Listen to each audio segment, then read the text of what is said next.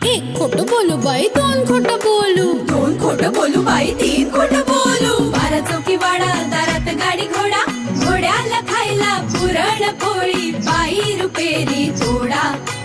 आडबाई आडोनी आडाचं पाणी काढोनी, कळशी भरते सोन्याची सून थोरा मोठ्याची. असं सासर नको ग बाई, नाव नुसतं मोठं, नाव नुसतं मोठं, ज्याचं लक्षण भारी खोट. पैलमा गणेश देवा, माझा खेळ मांडला, करीन तुझी सेवा, करीन तुझी सेवा, मला हवा करतार, चंद्रपोळी चोपडीत माझा संसार. तीन दगडांची चूल फुंकले निखारे, मुठभर जोंधळात सुख माझे सारे. नांदा सौख्य भरे, नांदा सौख्य भरे, नांदा सौख्य भरे, नांदा सौख्य भरे.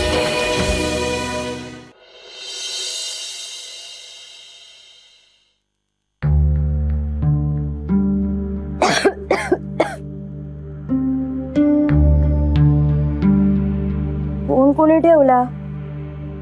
अगं फोन नव्हता कुणाचा, मी आता रिसिव्हर उचलून जागेवर ठेवला.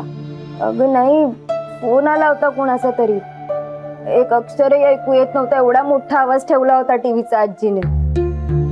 तोच कमी करायला गेले होते. बाई हो का? अगं मला वाटलं की तुझ्या काकांनी चुकून रिसिव्हर असाच बाजूला ठेवून दिलाय. बरं जाऊ दे ना, असेल कोणाचा तरी. तू बाहेर काय करतेस? तू जाऊन पड ना बाई. हे बघ, मी ना तुझ्यासाठी मस्त लवंग आणि आलं घालून गवती चहा करते, घसा सुटेल तुझा. हा बर.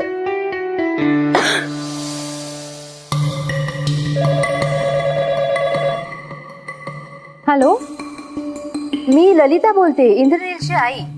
अगं भाई, ललिता ताई नमस्कार. मी स्वानंदीची काकू बोलते. नमस्कार. अंजली ताई आहेत का? त्यांच्याशी बोलायचं होतं जरा. अहो वहिनी शाळेत गेल्यात.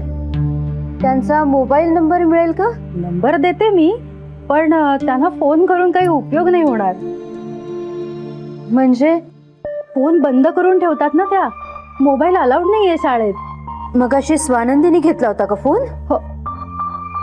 अगं बाई, तुम्ही केला होतात का फोन? हो. तिला देता जरा फोन. स्वानंदीची ना तब्येत बरी नाहीये. आता इथेच होती ती, मीच पाठवलं तिला रूम मध्ये. काय झालंय तिला? आता काय सांगायचं, हो प्रेशर येतं ना. कसलं प्रेशर? ललिता ताई, अहो लग्न म्हटलं की ताण येतोच ना मुलींना. ताण येण्यासारखं काही घडलंय का? अनिता, हा अगं बोलताना नाक बंद असतं की काय तुझं? म्हणजे? अगं भाजी करपल्याचा वास नाही येत आहे का तुला? अगं बाई, हॅलो, अहो भाजी करपते. मी वहिनीला सांगते फोन करायला. हा ठेवते. ओके.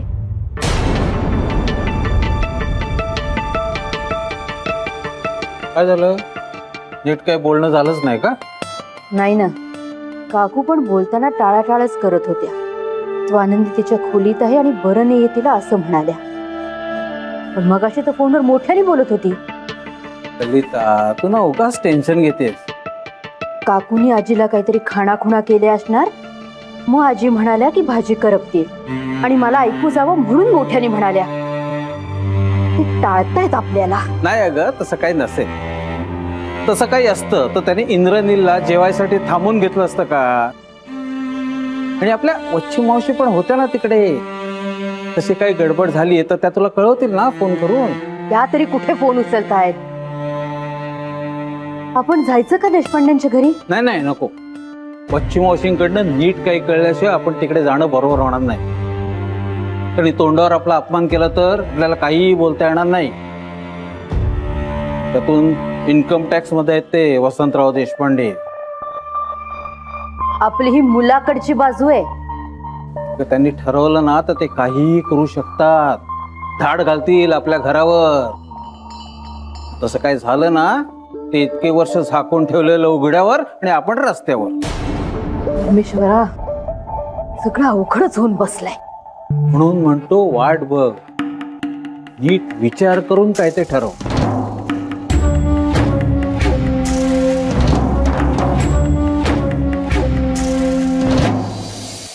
तुम्हाला वाटत असेल मी जास्तच त्रास देते ललिताला. हो देते मी त्रास, आणखी देणार आहे. अपमान केलाय तिने तुमचा, डिवचलंय मला. तिला जर धडा नाही ना शिकवला तर आयुष्यभर ताठमानेनं जगू शकणार नाही तुमची वत्सला. कमी संकट आलीत का माझ्यावर? सगळं निभावून नेलं ना एकटीने. 4 पैशासाठी हात पसरले का कुणापुढे? एकटीने केलं सगळं.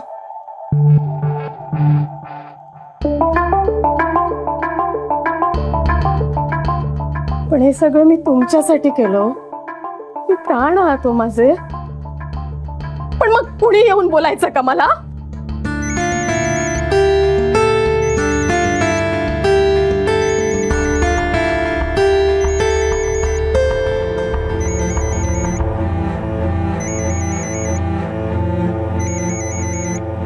कर बाई कर. ललिता कर तू फोन. तुझ्या मनातली आग अशीच भडकत राहू दे. थांब, तुझं गळाच आवडते. सायलेंट.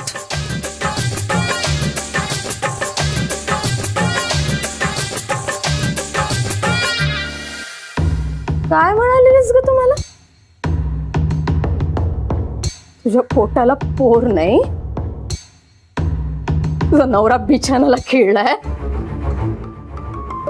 तुझ्या घरातून चालती हो असं म्हणालेलीस ना तू वच्चीला? नाही, तुझ्या स्वतःच्या पोरासाठी नाक घाशीत माझ्या घरापर्यंत तुला आणलं ना ललिता. नावाची वच्ची नाही मी. माहित नाही तुला? नुसती बोलते टुच्ची आणि करते ती वच्ची. आई भूक लागली आहे, आण ना. ओरडतेच कशाला? आणते ना ती गरम पोळी. आणते ग बाई. पाण्यात नाही, शाळेत डबा खात नाही, तिकडे सगळं लक्ष खेळण्यात असतं. काकू तू नको धावपळ करू दे, मी मदत करते. नाही ग बाई, तू मुकाट्याने जेवत बस. अगं अजून बरं वाटत नाहीये ना तुला? अगं एवढं काही झालं नाहीये मला. तसं नाही ग. आणि मी काय शेवटचीच पोळी लाटत होते. या आमच्या लाडोबाला गरम पोळी लागते ना गोडांब्याशी. अगं तुझ्यासाठी तूप मेतकूट भात तिथे कालवून ठेवलाय, तो खाऊन घे. तो बघ. काकू मी काय लहान आहे का असा भात कालवून ठेवायला? हे तुला आता नाही कळायचं. त्यासाठी आई व्हावं लागतं, समजलं? काय हो आई? हो घ्या घ्या, करून घ्या कौतुक. आता लवकरच सासरी जावं लागणार आहे बरं का. तिकडे गेल्यावर आठवेल काकूच्या हातचा तूप मेतकूट भात. आई, वहिनी कशा नाही आल्या अजून? नाही म्हणजे ललिता ताईंचा फोन आला होता ना, त्यांना काहीतरी बोलायचं होतं वहिनींची. येईल ती, तू नको काळजी करू. काळजी तर करावीच लागेल.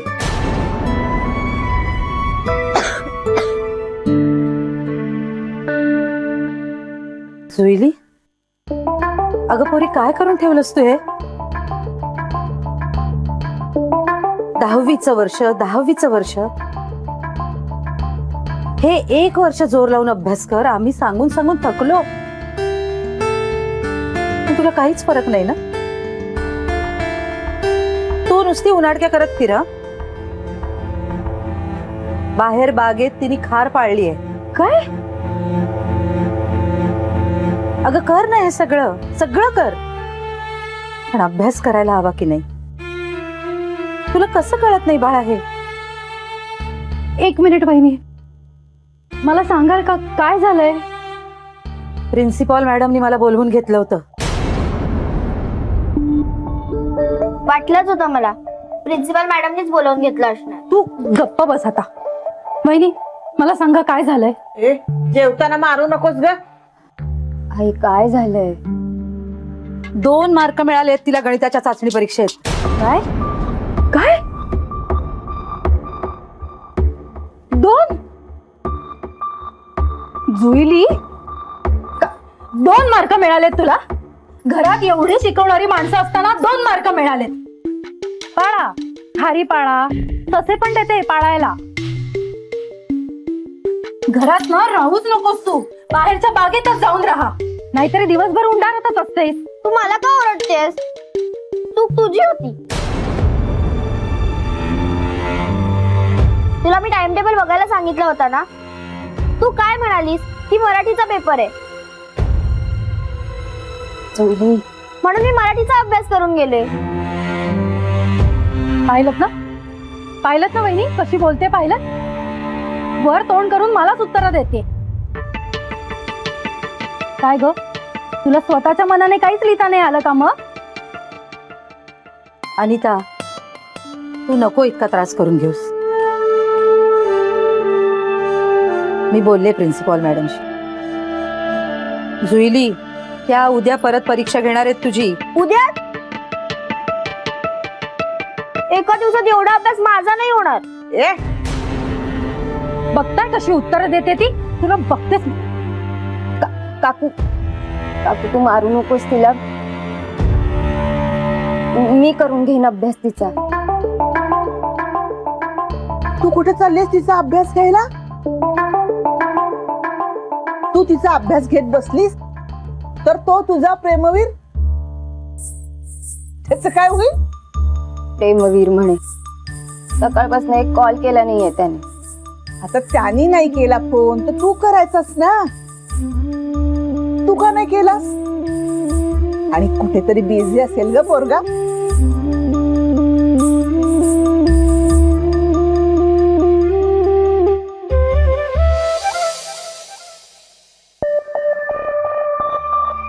घट्ट पीळ घालून जशी कापसाची वात करतात ना असं मजबूत पीळ घालून ललिताच्या डोक्यातला वाद बाहेर काढीन. पच्ची आत्या तू कोणाचा राग काढते आता वाचीवर.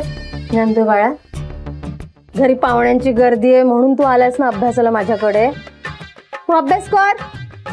पण तू एकटी एकटी कोणाला बडबडते. बाळा मस्त चौकशा करू नयेत रे. शिकायला मिळालंय ना शिकून घ्यावं. नाही तर अशा वाती वळत बसण्याची वेळ येते. पण तू एवढा वाती का वळते. अरे देवा गप्पच बसत नाही. गप्प बस रे. मी शांत बसलो तर तुला करमणार नाही ना. मला माहिती आहे ते. असं काही नाहीये. मोठा गोड गोड बोलतो माझ्या तोंडावर आणि चाळभर धिंगाणा घालतोय. माहितीये मला. इकडे तू आणि तिकडे ती ललिता दोघे जण छळत असता मला. ही ललिता कोण. तू का चिडलीस तिच्यावर. एक विरे गप्पच बसत नाही ग. नंद्या झाला अभ्यास झाला तुझा. आवरते सगळं. आवर आणि घरी जा आईचं डोकं खा. जा घरी जाऊन आईचं डोकं खा. माझं नको खाऊ. जा लवकर.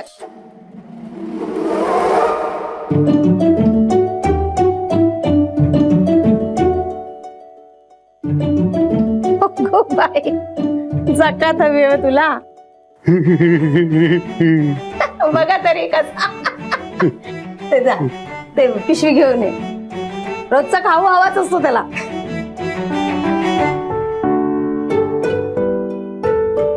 घे माझच खा आणि माझ्याच चौकशा करत फिर चाळीमध्ये. जा आता. अरे आज तर श्वास घ्यायला सुद्धा फुरसत नाहीये.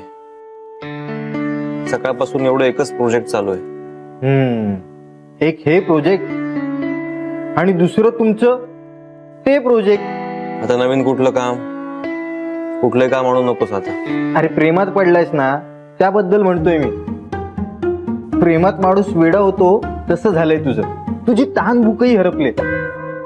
अरे यार पण मी नॉर्मल आहे अजून. मला भूक लागते.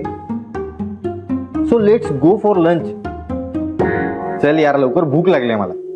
1 मिनिट जाऊ.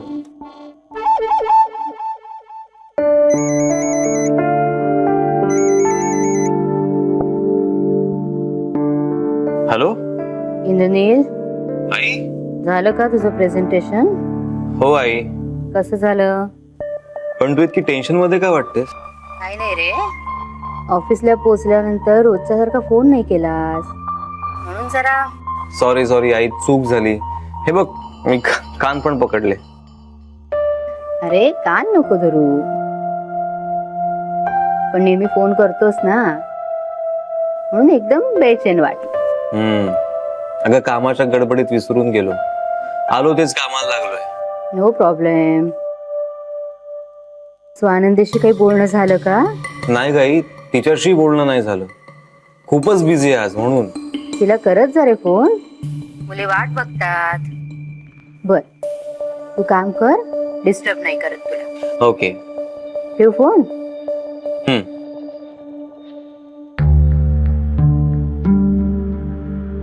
ह्याने नाही फोन केला, तिला नाही करतायत फोन. का नसेल फोन केला हिने?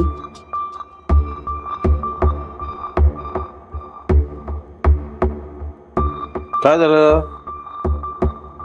स्वानंदी आणि इंद्रनील दोघांचंही काही बोलणं झालेलं नाही. अगं तो बिझी होता ना आज. तिला नाही फोन करता येत, पण तिनेही नाही केला फोन.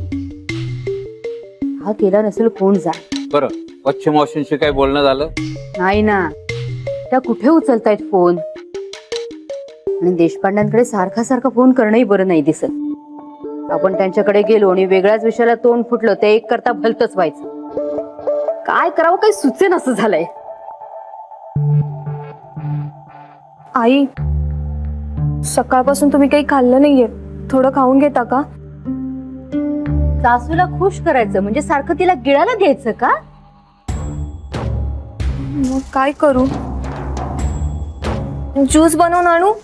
बाई, माहेरच्याने फळबागा केल्यात का नावावर तुझ्या? ज्यूस आणू का? नकोय मला. आणि जरा शांतपणे बसू दे निलिमा मला.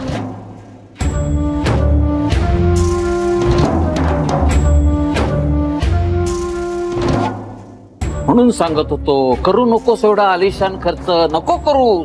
मला सांगायला काय जातंय? तुम्ही गेली शान करूनच टाकले.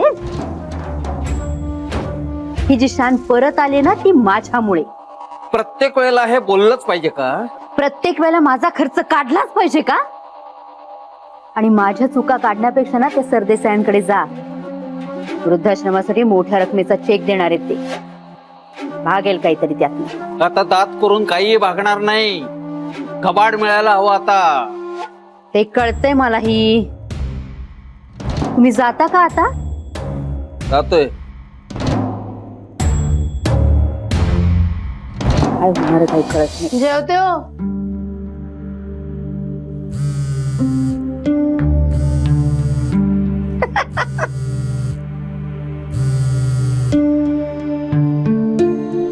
काय की बाई, अळणीच झालंय सगळं.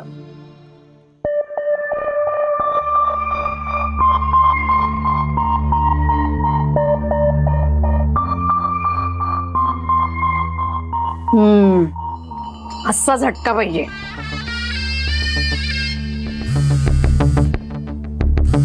तू वाजत राहा, मी नाही घेणार तुला. लागू दे ललिताच्या जीवाला घोर.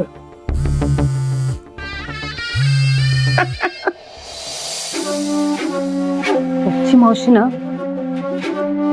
आता काहीतरी मलाच करायला हवं.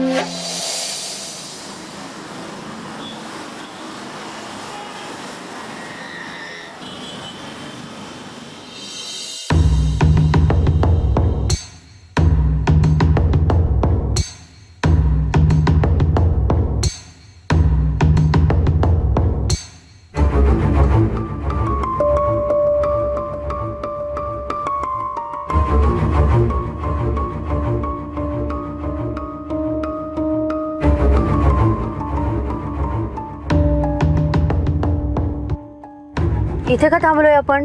वच्ची मावशी इथेच राहतात. इथे? हो. जानकी वहिनी इथे भेटायला येतात त्यांना? होय. पण आता गल्लीत गाडी कशी जाणार? नाही गाडी जाणार नाही, कारण पुढे टर्न मारायला जागा नाहीये ना. तुम्हाला पायी उतरून इथून चालत जावं लागणार. मोठ्या बाईसाहेब नेहमी असंच जातात. जायला तर पाहिजेच. वच्छी मावशी भेटल्याशिवाय काय झालंय ते कळणार नाही. ठीक आहे.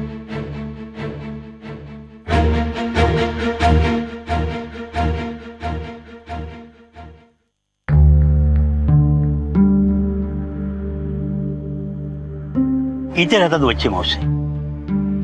कुठल्या चाळीत राहतात कसं कळणार? फोनही उचलत नव्हत्या. तुम्ही समोरच्या गल्लीमध्ये गेलात ना, तिथे एक देऊळ लागेल. तिथे कुणालाही विचारा वच्ची मावशी कुठे राहतात, कोणीही सांगेल. त्यापेक्षा एक काम करा, वच्छी मावशीला जाऊन सांगा ललिता आले म्हणून. जा. नाही मॅडम, मी गाडी इथे पार्क करून नाही जाऊ शकत, कारण लहान मुलं आहेत, उगाच गाडीचं नुकसान होईल.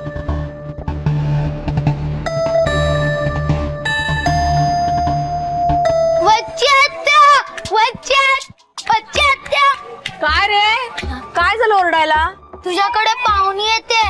माझ्याकडे कोण पाहुणे आले? मला माहित ना, त्या मोठ्या गाडीतून येते ना. हा, ती पाहुणी काय? नाही नाही, ती नाही. गाडी तीच आहे, पण पाहुणी वेगळी आहे. अरे देवा, हो का रे? अरे मग ती कुठून येते आणि कशी कशी येते याची व्यवस्थित खबर काढा. जा, पळ पळ. याला म्हणतात वच्छीचा डाव. चांगल्याशी चांगलं आणि वाईटाशी वाईट वागणाऱ्या वच्छीला भेटायला राणी पाय उतार झाली. महाल झोपडीच्या दाराशी भीक मागायला आला.